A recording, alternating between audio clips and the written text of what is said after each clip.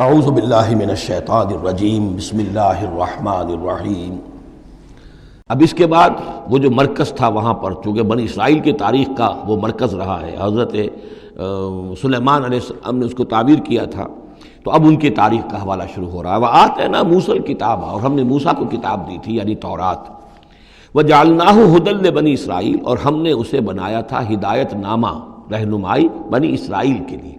وہ ھدی للناس اس معنی میں نہیں تھی کہ تمام نوع انسانی کے لیے ہو، بلکہ وہ در حقیقت بنی اسرائیل کے لیے ہدایت نامہ۔ وجعلناہ ھدی لبنی اسرائیل اللہ تتخذوا من دونی وکیلا، اور اس کی تعلیم کا لب لباب اور خلاصہ، توحید کا اصل جو جوہر ہے، مغز ہے، وہ کیا ہے؟ اللہ کے سوا کسی کو کارساز نہ سمجھو، مت پکڑو کسی اور کو میرے سوا کارساز، کسی پر تمہارا بھروسہ، کسی پر توکل نہ ہو میرے سوا۔ یہ توحید کا لب لباب ہے اور خلاصہ ہے۔ ذریۃ من حملنا مع نوح، اے وہ لوگوں جو اولاد ہو ان کی جن کو ہم نے اٹھایا تھا نوح کے ساتھ، سوار کیا تھا کشتی میں نوح کے ساتھ۔ حضرت نوح علیہ السلام کے 3 بیٹے، سام، حام، یافس، اور ظاہر بات ہے سام ہی کی نسل ہے یہ کہ جس میں حضرت ابراہیم کی پیدائش ہوئی، اور انہی کی نسل ہے یہ بنی اسرائیل۔ تو گویا کہ یہاں ذکر ہو رہا ہے کہ وہ جو لوگ حضرت نوح علیہ السلام کے ساتھ بچا لیے گئے تھے ان کی کشتی میں، انہی میں سے ایک کی نسل تم ہو۔ ذریۃ من حملنا مع نوح انہ کان عبدا شکورا، یقیناً وہ ہمارا بہت ہی شکر گزار بندہ تھا حضرت نوح علیہ السلام کے بارے میں۔ وقضینا الی بنی اسرائیل فی الکتاب لتفسدن فی الارض مرتین، اور ہم نے یہ پہلے ہی متنبہ کر دیا تھا بنی اسرائیل کو کتاب میں کہ 2 مرتبہ تم زمین میں بڑا فساد بچاؤ گے۔ وَلَتَعْلُنَّ عُلُوًّا كَبِيرًا، اور بہت ہی تم سرکشی کرو گے، بہت بڑی سرکشی کرو گے۔ یعنی 2 ادوار تم پر ایسے آئیں گے، شرارتیں کرو گے، سرکشی کرو گے، دین سے دور ہو جاؤ گے، لہو و لعب میں مبتلا ہو جاؤ گے، عیاشیوں کے اندر، اور اس میں تمہارا جو ہے اللہ تعالیٰ کی طرف سے پھر تمہارے اوپر عذاب کے کوڑے برسیں گے۔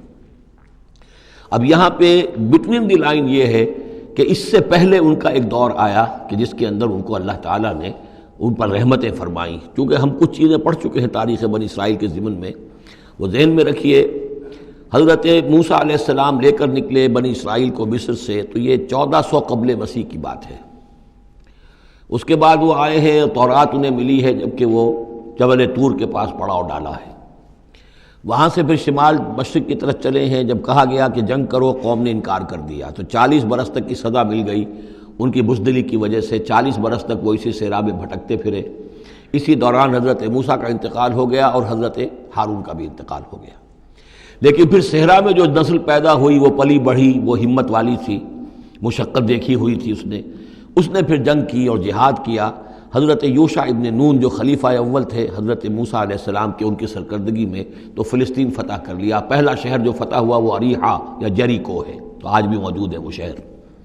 اس کے بعد انہوں نے کچھ عرصے کے اندر پورا فلسطین فتح کر لیا۔ لیکن غلطی یہ کی کہ اس میں ایک مرکزی حکومت نہیں بنائی، بہت سے 12 حکومتیں، 12 قبیلے تھے، جیسے 12 چشمے ان کو دیے گئے تھے، 12 حکومتیں بنا لی۔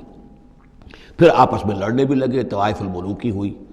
تو آس پاس کے جو مشرک اور کافر قومیں تھیں سیریا وغیرہ میں اور آس پاس اردن کے رہنے والی، انہوں نے پھر جو ہے ان کے اندر ریشہ دوانی شروع کی، اور ایک دور یہ آیا کہ اس میں ان کو بہت سے لوگوں کو اپنے گھروں سے نکال دیا گیا، اور وہ لوگ بڑی ہی زوال سے 2-4 ہو گئے۔ تب انہیں ہوش آیا، انہوں نے سیموئیل نبی جو ان کے تھے ان سے کہا کہ ہمارے لیے سپہ سالار مقرر کیجئے، ایک سپہ سالار ہو تاکہ اس کے پیچھے ہم سب کے سب 12 کے 12 قبیلے جمع ہو کر جنگ کریں، تو پھر یہ کہ اپنے دشمنوں پر فتح حاصل ہو۔ یہ وقفہ تقریباً 300 برس کا ہے، جس کے بعد وہ جنگ ہوئی ہے طالوت اور جالوت کی، اور حضرت طالوت نے جالوت کو قتل کیا۔ پھر حضرت داؤد منظر پر آ گئے، پھر طالوت، حضرت داؤد اور حضرت سلیمان، یہ 3 ان کی حکومتیں ہیں تقریباً 100 برس پر پھیلی ہوئی۔ 16 برس طالوت کے، 40 برس حضرت داؤد کے، 40 برس حضرت سلیمان کے۔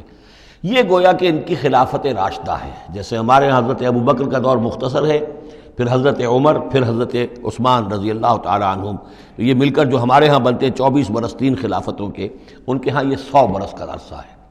لیکن حضرت عثمان کے بعد آپ کو معلوم ہے کہ تقسیم ہو گئی تھی مملکت، اس لیے کہ حضرت علی رضی اللہ تعالی عنہ کی خلافت کو حضرت امیر معاویہ نے تسلیم نہیں کیا، تو شام اور مصر کے علاقے علیحدہ رہے۔ بالکل اسی طرح ہوا وہاں پر بھی کہ حضرت سلیمان کے بعد ان کے 2 بیٹوں میں جو مملکت تقسیم ہو گئی۔ ایک شمالی مملکت تھی جو جس کا نام اسرائیل تھا، اور سامریہ اس کا دارالخلافہ تھا، ایک جنوبی تھی یہودا اور وہ اس کا جو ہے یا یروشلم اس کا دارالخلافہ۔ تو اس طریقے سے دو ملک یہ بن گئے۔ یہ زمانہ ان کا ابھی عروج کا بہرحال ہے، کچھ کئی سو برس ان کے عروج کے گزرے، پھر ان میں خرابیاں آئیں، پھر ان کے اندر شرک، مشرکانہ اوہام آ گئے، دنیا پرستی آ گئی، شریعت کا مذاق بنانا ہو گیا معاملہ، تو پھر ان پر زوال آیا۔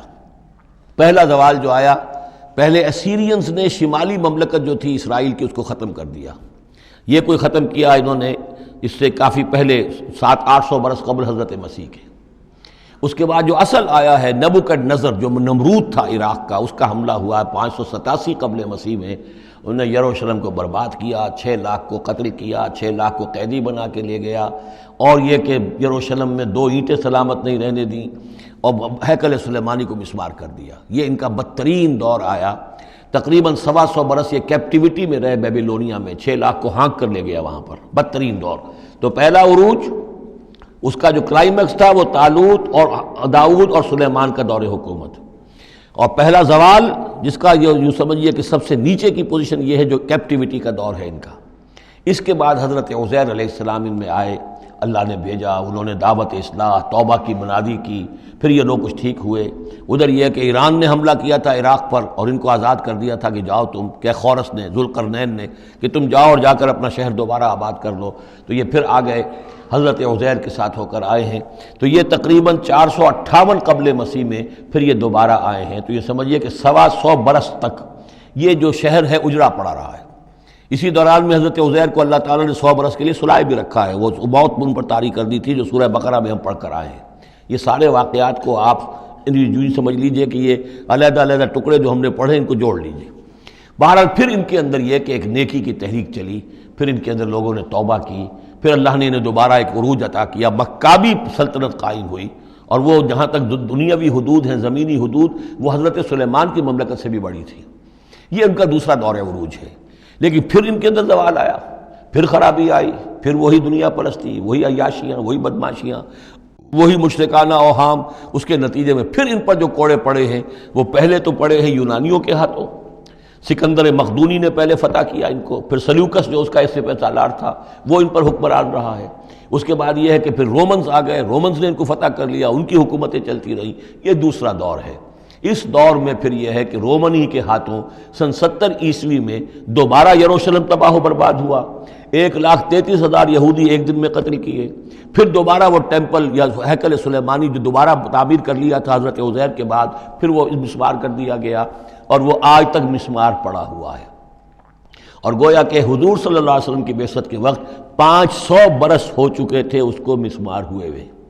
سن 70 عیسوی میں وہ مسمار ہوا، اور 571 میں حضور کی پیدائش ہے، یعنی آپ کی پیدائش بھی پورے 500 برس بعد ہوئی ہے، جبکہ یہ رومیوں کے ہاتھوں ہیکل سلیمانی تباہ و برباد کر دیا گیا تھا۔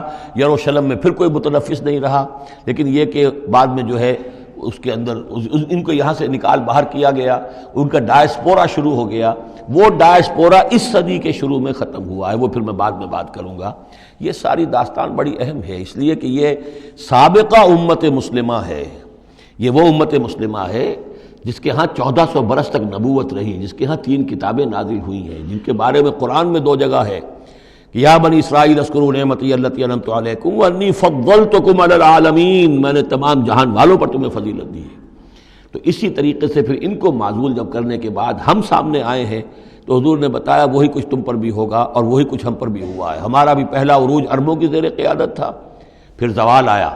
پہلے پٹائی ہوئی کروسیڈرز کے ہاتھوں، پھر جو پٹائی ہوئی ہے، بڑی پٹائی جو ہوئی ہے وہ ہوئی ہے پھر ہلاکو اور چنگیز کے ذریعے سے، فتنہ تاتار۔ اس کے بعد پھر جو ہے وہ قیادت بدل گئی، عربوں کی قیادت کے بجائے ترکوں کی قیادت آ گئی۔ وہ وہی لوگ جنہوں نے لاکھوں کروڑوں مسلمان قتل کیے پھر وہ ایمان لے آئے، اسلام لے آئے، انہی کے ذریعے کی مختلف حکومتیں بنی، ترکان تیموری اور ترکان صفوی اور ترکان سلجوقی اور ترکان عثمانی۔ لیکن اس کے بعد پھر ان پر بھی زوال آیا، وہ ہم نے دیکھ لیا اس صدی میں گریٹ اوٹومان امپائر جو ہے اس صدی کے شروع میں ختم ہو گئی۔ اور ہم پر بھی جو دوسرا جو دور آیا عذاب کا وہ یورپ کی قوموں کے ذریعے سے آیا، کہیں انگریز آ گئے، کہیں فرانسیسی آ گئے، کہیں اطالوی آ گئے، کہیں اسپینیئرز آ گئے، کہیں ڈچ آ گئے۔ تو جیسے کہ یہودیوں پر بھی دوسرا عذاب جو آیا تھا وہ گریکس اور رومنز کے ہاتھوں اسی طریقے سے مسلمانوں پر بھی دوسرا زوال کا دور جو آیا ہے وہ یورپین کولونیل پاورز کے ہاتھوں آیا۔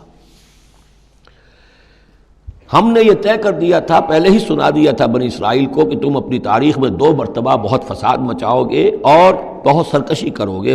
صدق اللہ العظیم۔